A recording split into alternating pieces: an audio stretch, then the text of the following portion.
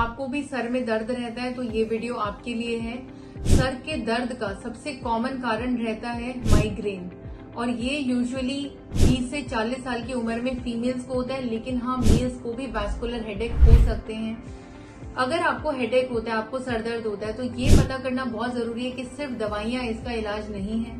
Sir दर्द के कारण होते हैं माइग्रेन में कुछ ऐसे छोटे छोटे मॉलिक्यूल्स होते हैं जो कि हमारे ब्रेन में कुछ सर्टेन ट्रिगर्स की वजह से ट्रिगर होते हैं, बढ़ जाते हैं। उन मॉलिक्यूल्स को डाउन करने के लिए हमें ट्रिगर्स को अवॉइड करना बहुत जरूरी है कि बार बार वो चीज ट्रिगर ना हो। अब ये ट्रिगर्स क्या होते हैं? अब आप पूछेंगे मैम ये ट्रिगर्स क्या है? तो ट्रिगर्स होता है खाली पेट रहना, 4 घंटे से ज्यादा खाना ना खाना, भूखे रहना, बार बार धूप में निकलना, बार बार ट्रैवल करना, बहुत लंबा ट्रैवल करना, बिना किसी इंटरप्शन के ट्रैवल करना, खाली पेट चाय पीना, दिन में जरूरत से ज्यादा यानी कि 2 या 1 कप से ज्यादा चाय या कॉफी का सेवन करना, रात की नींद पूरा ना होना, ओवर थिंकिंग, ज्यादा सोचना, स्ट्रेस लेना, तो ये कुछ इसके ट्रिगर्स होते हैं। अगर आप अपने दिनचर्या का ध्यान रखें, अगर आप अपने लाइफस्टाइल का ध्यान रखेंगे तो 50% हेडेक का इलाज आप खुद ही कर सकते हैं। तो लाइफस्टाइल से मेरा क्या मतलब है? लाइफस्टाइल से मेरा मतलब है सुबह का खाना 8 बजे, दोपहर का 2 बजे, रात का 9 बजे खाना खा लें। रात का खाना 7 से 9 बजे के बीच में खा लेना चाहिए। आइडियल टाइम रहता है 7 से 8 बजे के बीच में। अगर आपने 8 बजे खाना खाया है,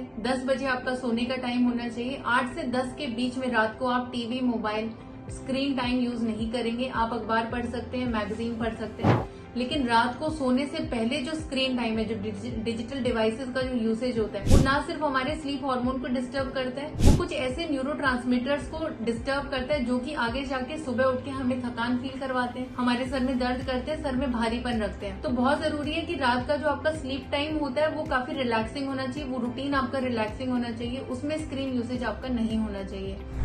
तीसरी इंपॉर्टेंट चीज है सिडेंट्री लाइफस्टाइल नहीं रखना है। अगर आपको धूप में जाना पड़ रहा है तो आप या तो छाता लेकर जाएं या सन ग्लासेस लेकर जाएं। अगर आपको ट्रैवल करना पड़ रहा है तो थोड़ा थोड़ा ब्रेक ले लें। हर 1-1.5 घंटे के बीच में एटलीस्ट 5 मिनट बाहर निकल के थोड़ा घूम कर आए या ब्रेक ले लें। अगर आपको मोशन सिकनेस का इश्यू है तो ध्यान रखें कि कभी भी खाना खा के तुरंत बाहर ट्रैवलिंग के लिए बसेस में ना निकले।